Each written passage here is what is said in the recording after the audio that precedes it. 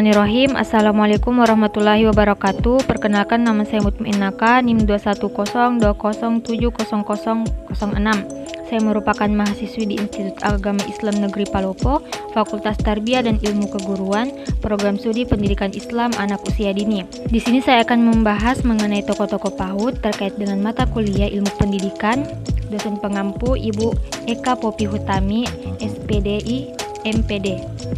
Tokoh-tokoh PAUD. Yang pertama ada John Amos Comerius.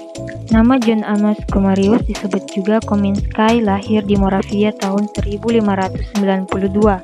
Sejarah masa kecilnya dilalui tanpa pendidikan yang memadai, sampai akhirnya ia baru mengenyam pendidikan di usianya yang ke-16 tahun. Memiliki pengalaman buruk selama bersekolah, di mana guru mengajar tanpa persiapan, tidak menggunakan metode yang baik, dan berperilaku kejam pada siswanya, menyebabkan Comerius menjadi salah satu pemikir pendidikan yang terpandang di zamannya. Pandangan John Amos Comerius diantaranya adalah: pertama, menuturkan bahwa manusia diciptakan oleh Tuhan untuk Tuhan. Kedua, manusia harus dididik menjadi manusia yang soleh sesuai kehendak Tuhan. Dan ketiga, setiap anak perlu diberi pendidikan ketuhanan, budi pekerti, dan intelektual. Kemudian ada John Locke. John Locke lahir 29 Agustus 1632. Sejarahnya, ayah John Locke merupakan seorang ahli hukum dan dia sendiri adalah seorang dokter lulusan dari Oxford University. Sesuai dengan zamannya, John Locke adalah seorang rasionalis. Aliran rasionalisme dalam ilmu alam tidak mau menerima pengetahuan yang ditetapkan terlebih dahulu tanpa melalui penginderaan dan pengalaman nyata.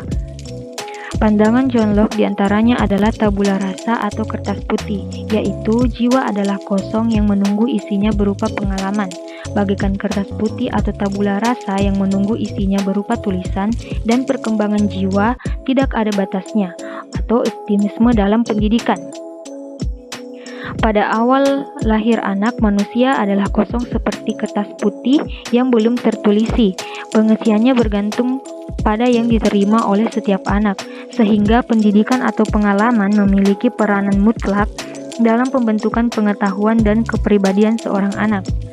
Kemudian ada Jean-Jacques Rousseau. Jean Rousseau lahir di Geneva, Switzerland tahun 1712. Sejarah Rousseau adalah seorang filsuf yang tulisannya fokus pada pendidikan, religius, sosial, dan politik. Ia terkenal dan sering juga disebut sebagai bapak dari Early Childhood Education and Progressive Education.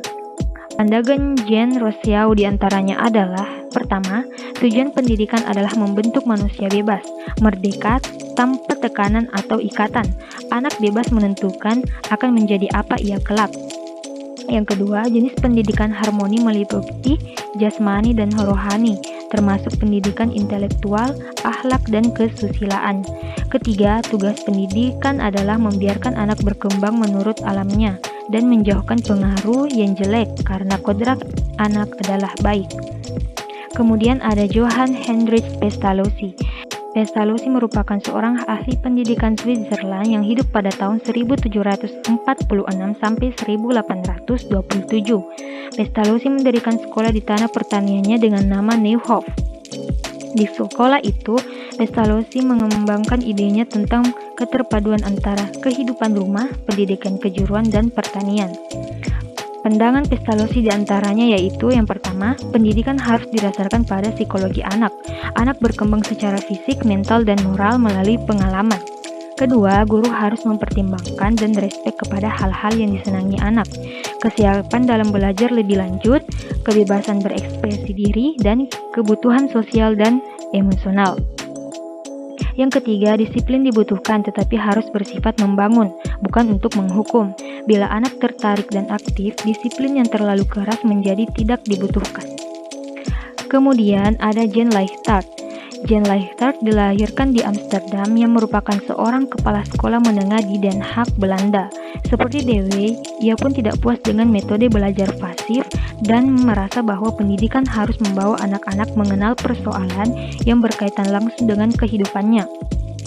Pandangan Leichhardt diantaranya adalah: Leichhardt menyajikan suatu bentuk model pendidikan yang dikenal dengan pembelajaran barang yang sesungguhnya. Lahtar termasuk tokoh yang sangat menentang bentuk pembelajaran yang cenderung intelektualisme dan verbalins. Bentuk pembelajaran intelektualisme adalah pembelajaran yang hanya mementingkan perkembangan intelektual anak, sedangkan untuk pembelajaran verbalins adalah bentuk pembelajaran yang dilakukan dengan cara verbal dan abstrak, di mana anak cenderung pasif karena lebih banyak menjadi pendengar. Kemudian ada William H. Kilpatrick. Kilpatrick adalah salah seorang anak dan pengagum John Dewey, dilahirkan di Georgia, Amerika Serikat. Kilpatrick dikenal sebagai seorang ahli pendidikan Amerika dan ahli filsafat pendidikan. Dia adalah salah satu guru besar pada masanya dan seorang tokoh pemimpin pergerakan pendidikan pembaharuan Amerika. Ia juga terkenal dengan Profesor Million Dollar karena pendapatan yang diperoleh dari kelasnya sangat terkenal. Pandangan Kilpatrick diantaranya adalah pembelajaran proyek terbagi 3, yakni pembelajaran proyek total, pembelajaran proyek parsial atau bagian, dan pembelajaran proyek okasional. Model pembelajaran yang dilakukan guru dengan jalan menyajikan suatu bahan pembelajaran yang memungkinkan anak mengolah sendiri untuk menguasai bahan pembelajaran tersebut. Kemudian ada Maria Montessori. Maria Montessori lahir di Chiarafil, Italia pada tahun 1870. Ia menjadi wanita pertama yang mendapat gelar Doctor of Medicine. Setelah lulus di kedokteran, ia bekerja di klinik psikiater Universitas Roma. Pada tahun 1909, Montessori menerbitkan buku tentang scientific pedagogy as applied to child education named The Children's House, sebagai wujud nyata dari minatnya yang begitu besar terhadap pendidikan anak. Pandangan Montessori diantaranya adalah: pertama, anak usia dini senang sekali belajar, selalu ingin tahu dan mencoba. Tugas orang dewasa adalah mendorong, memberi kesempatan belajar dan membiarkan anak belajar sendiri.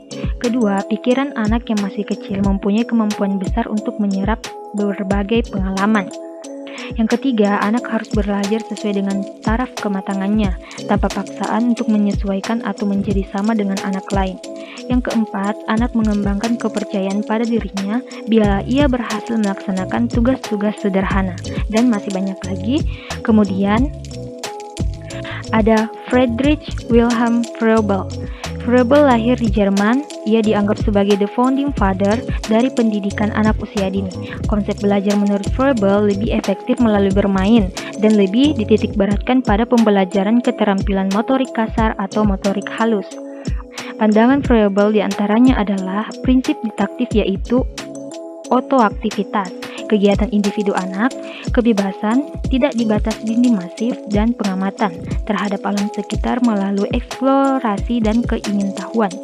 Yang kedua, situasi pembelajaran PAUD harus mencerminkan unsur 3F, yakni Frei, perdamaian, Freude, kegembiraan, dan Freiheit, kemerdekaan. Ketiga, prinsip yang perlu diperhatikan dalam PAUD adalah the gift, the occupation, dan the mother's play. Kemudian ada Jean Piaget.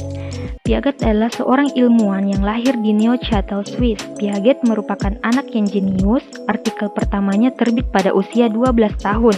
Pada usia 18 tahun meraih gelar sarjana dan mendapatkan gelar dokter di usia 21 tahun. Piaget adalah seorang ahli dalam bidang biologi dan yang kemudian tertarik terhadap cara berpikir anak. Pandangan Piaget diantaranya: pertama, anak perlu diberikan berbagai pertanyaan untuk meningkatkan kemampuan berpikirnya. Kedua, inteligensi anak berkembang melalui suatu proactive learning. Ketiga, anak bermain dan berpikir aktif dalam mengembangkan kognitif mereka. Keempat, kegiatan mental dan berpikir sangat penting untuk mengembangkan kegiatan anak. Kelima, perkembangan terjadi sebagai hasil dari kematangan dan interaksi antara anak, lingkungan fisik, dan sosial anak. Kemudian ada Lev Vygotsky. Lev Vygotsky dikenal sebagai sosial kultural konstruktivisme asal Rusia. Vygotsky dalam Brodova dan Deborah berpendapat bahwa pengetahuan tidak diperoleh dengan cara dialihkan dari orang lain, melainkan merupakan suatu yang dibangun dan diciptakan oleh anak. Pandangan Vygotsky diantaranya adalah: anak melakukan proses membangun berbagai pengetahuannya tidak dapat dipisahkan dari konteks sosial di mana akan berada. Pengetahuan dibangun berdasarkan kemampuannya dalam memahami perbedaan berdasarkan persamaan budaya yang tampak. Kemudian ada Ki Hajar Dewantara. Ki Hajar Dewantara lahir pada tanggal 2 Mei 1889 di Yogyakarta. Beliau mendirikan perguruan taman siswa yang memberikan kesempatan bagi para pribumi untuk dapat memperoleh pendidikan seperti halnya para priayi maupun orang-orang Belanda.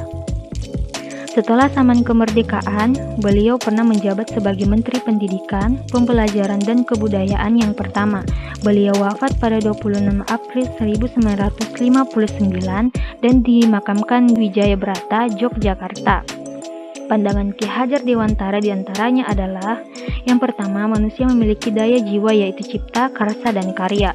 Kedua, pendidikan yang menekankan pada aspek intelektual belaka hanya akan menjatuhkan peserta didik dari masyarakatnya. Ketiga, pendidikan sebagai daya upaya untuk memajukan budi pekerti, pikiran, dan fisik seseorang. Kemudian ada John Dewey. John Dewey lahir pada 20 Oktober 1859 di Burlington, Amerika. Ia merupakan seorang filsuf dari Amerika Serikat yang menjadi salah satu perintis pemikiran pragmatisme. Pandangan John Dewey diantaranya adalah: 1. Manusia adalah makhluk sosial, sehingga segala perbuatannya entah baik atau buruk akan diberi penilaian oleh masyarakat. Kedua, pendidikan dapat berfungsi sebagai sarana untuk peningkatan keberanian dan pembentukan kemampuan inteligensi. Ketiga, pendidikan harus pula mengenal hubungan yang erat antara tindakan dan pemikiran, antara eksperimen dan refleksi. Cukup sekian dari saya, semoga bermanfaat. Wassalamualaikum warahmatullahi wabarakatuh.